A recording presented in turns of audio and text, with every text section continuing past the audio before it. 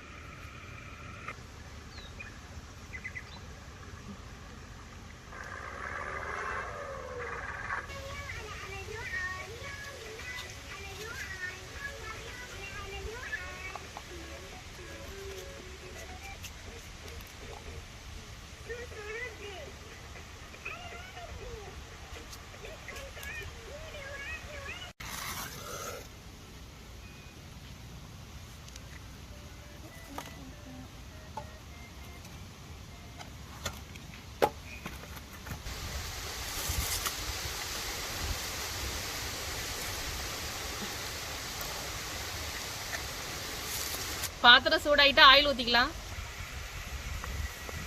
Oil நல்லா சூடாயிட்டு கொஞ்சம் போல கடுகு, கொஞ்சம் ஜீரகம், கொஞ்சம் வெந்தயம் சேர்த்துக்கலாம். கடுகு, ஜீரகம், வெந்தயம் எல்லாமே நல்லா பொரிஞ்சிருச்சு. நல்லா நறுக்கி வச்சிருக்கிற சின்ன வெங்காயம் சேர்த்துக்கலாம். சின்ன வெங்காயம் தான் குட்டி குட்டியாக கட் பண்ணி வச்சுருக்கோம், அதை சேர்த்துக்கலாம். 3 பச்சை மிளகாய் சேர்த்துக்கலாம். கொஞ்சம் போல கருவேப்பிலை சேர்த்துக்கலாம். வெங்காயம் வதங்கிறதுக்கு கொஞ்சம் கூட உப்பு சேர்த்துக்கலாம். சேர்த்து நல்லா கிண்டி விடுவோம். வெங்காயம் நல்லா வதங்கிட்டு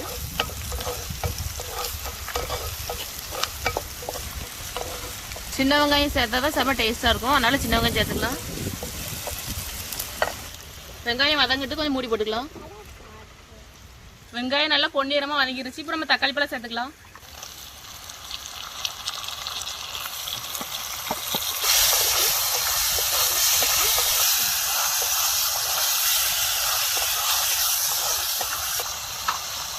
மூடி போட்டுக்கலாம். வெங்காயம் தக்காளி பழம் நல்லா வதங்கட்டும். வெங்காயம் தக்காளிலாம் நல்லா வதங்கிட்டு இப்போ வத்தத்தூள், மஞ்சத்தூள், மல்லித்தூள்லாம் சேர்த்துக்கலாம். உங்களுக்கு காரத்துக்கு எடுத்து சேர்த்துக்காங்க. நான் கொஞ்சம் தான் வத்தத்தூள் சேர்க்கேன், ஏன்னா 3 பச்சை மிளகாய் சேர்த்துக்கிறதுனால நான் கம்மியாக சேர்க்கேன்.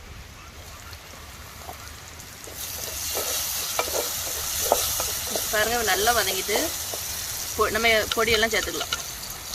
சேர்த்து நல்லா மிக்ஸ் பண்ணி விடுவோம்.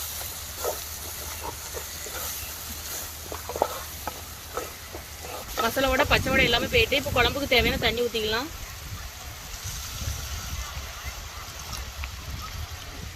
இனி இது நல்லா கொதிச்சு வரட்டும். உங்களுக்கு தேங்காய் ஏதாவது அரைச்சி ஊற்றினா அரைச்சி ஊற்றிக்கலாம். நான் தேங்காய் அரைச்சி ஊற்றலை, சும்மா வெங்காயம் தக்காளி போட்டு வதக்கி தான் சாப்பிட்றோம். அதுவே நல்லா டேஸ்ட்டாக இருக்கும்.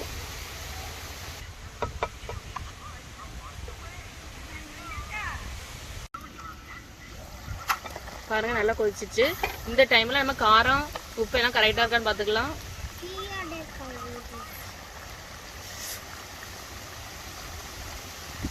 உப்பு காரம் எல்லாமே கரெக்டாக இருக்குது. நம்ம டேஸ்ட் பார்த்து எல்லாம் போட்டாச்சு.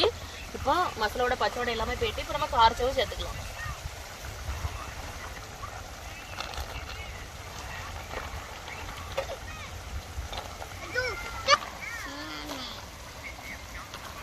உங்களுக்கு தேவையான அளவுக்கு தண்ணி வச்சுக்கோங்க.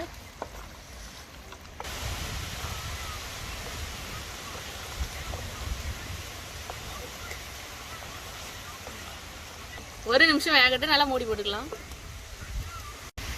காரச்சவு குழம்பு சூப்பராக ரெடி ஆகிட்டு கொஞ்சம் கொத்தமல்லி இலை தூவி, கொஞ்சம் கருவேப்பிலை தூவி இறக்கிடலாம்.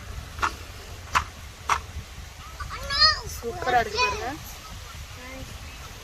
சுடு சாதத்தில் போட்டு விரச்சி சாப்பிட அவ்வளோ டேஸ்ட்டாக இருக்கும். தொட்டுக்கூடையும் காரச்சவாச்சு, குழம்பாவும் ஆச்சு.